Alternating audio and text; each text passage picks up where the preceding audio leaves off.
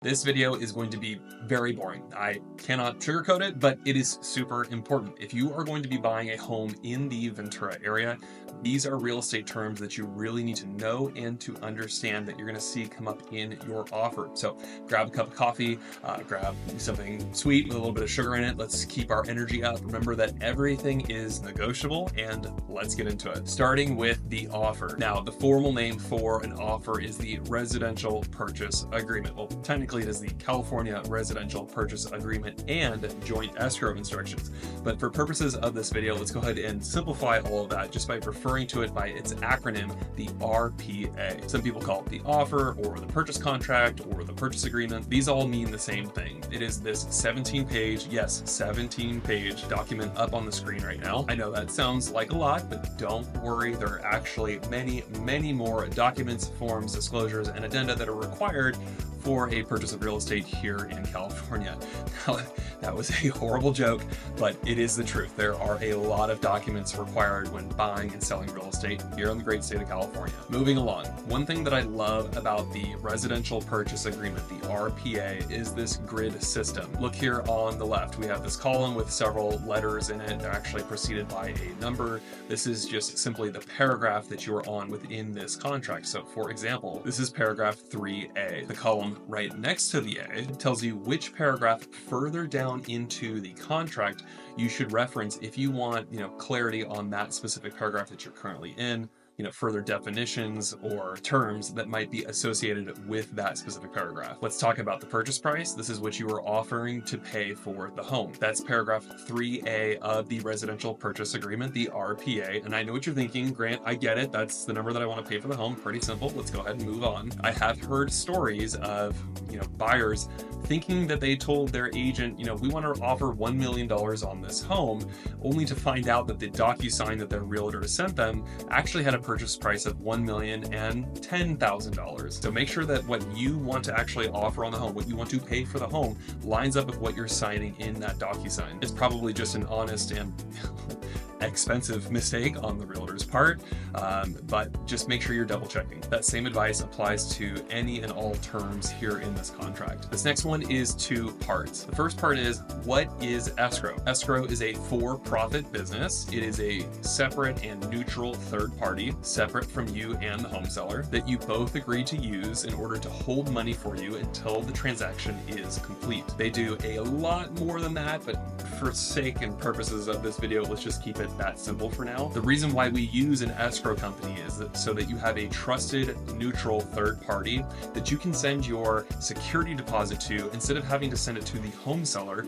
once you agree on your contract and get the transaction started. And remember, escrow works for you, not the other way around. Part two, how long is escrow? Are you closing 27 days after the seller accepts your offer? Are you closing on a specific date on a calendar? Why does this matter? Well, it depends on you, the buyer. Most home sellers want to get their home sold ASAP. They want their money in their pocket ASAP. So my typical advice to my home buyers is to write their offers such that the close of escrow date is the soonest date possible that they can reasonably manage. This always helps their offers stand out. And most people don't know this, but if your close of escrow date happens to land on a weekend, it automatically rolls to the next business day. More on that later in this video, but just keep that in mind. If you are on a time crunch and you, the buyer, have to close by a specific date, that's going to be something you're going to want to think about and talk through with your realtor. Initial deposit amount, or your earnest money deposit. This is the deposit that you will make into escrow shortly after your offer is accepted to show good faith to the home seller that you are serious and in fact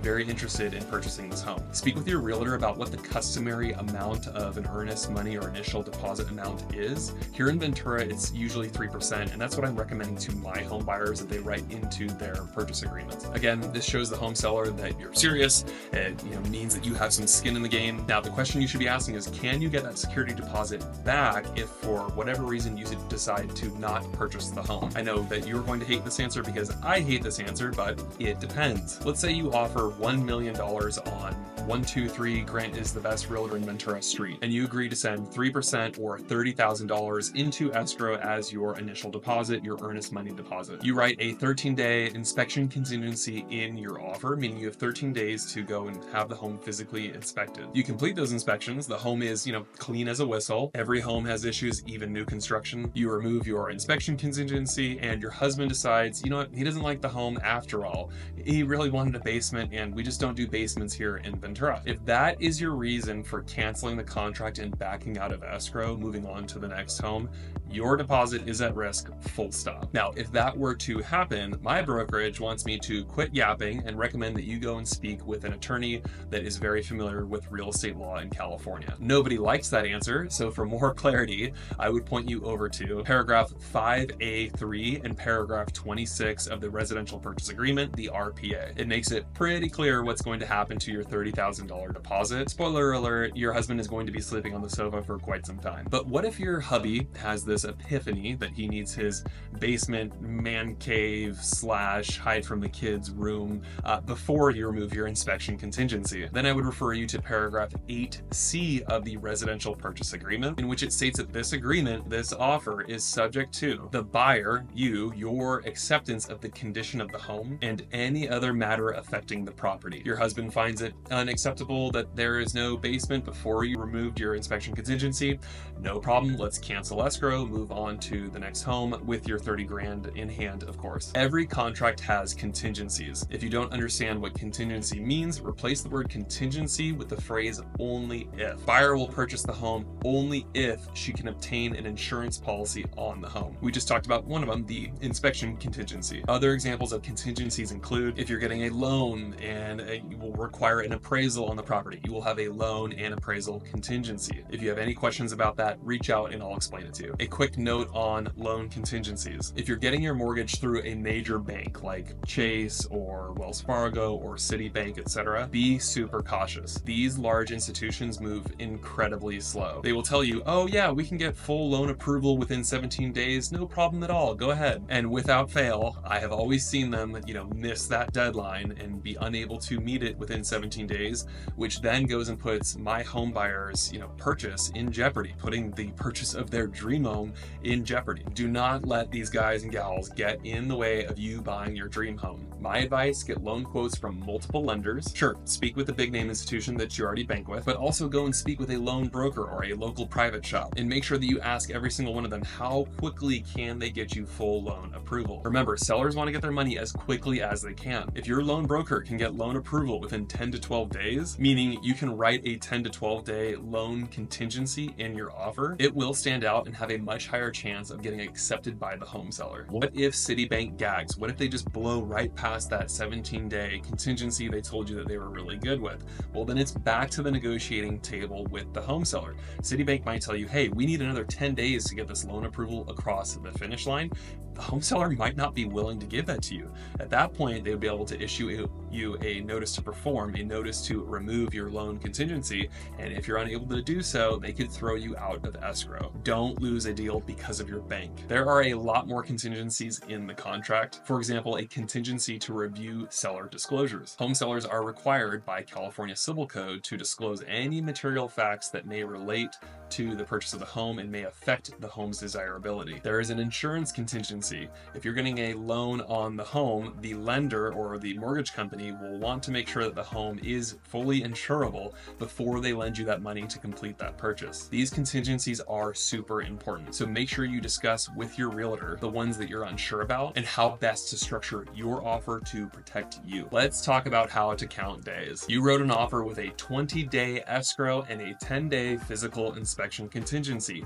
When does the clock start? The clock starts when the last person that has to sign that contract signs it. We call this a fully executed contract once all parties have signed off. So you're buying a home and the sellers are a husband and wife. Let's say that it's Tuesday the 1st in the evening, the home seller has verbally accepted your offer and the husband immediately signs the DocuSign that his agent sends over to him. The wife, however, is walking onto a plane when she tells her agent, the listing agent, that she is accepting the offer. But the plane doesn't have Wi-Fi, so the wife can't sign that offer until Wednesday the 2nd. Let's just pretend it was a red-eye flight business trip for the wife over to Boston. That means that Wednesday the 2nd is when we have a fully executed offer. That's when the clock starts, and in fact, that is day 0. Now, counting days to determine when your inspection contingency is up, Wednesday the 2nd is day 0, Thursday the 3rd is day 1, which means that Saturday the 12th is when your inspection contingency is up. But per paragraph 25I of the RPA, if that falls on a weekend, it is then automatically pushed to the next non-weekend, non-holiday day. So Monday the 14th is actually when you need to remove your physical inspection contingency, assuming that's not,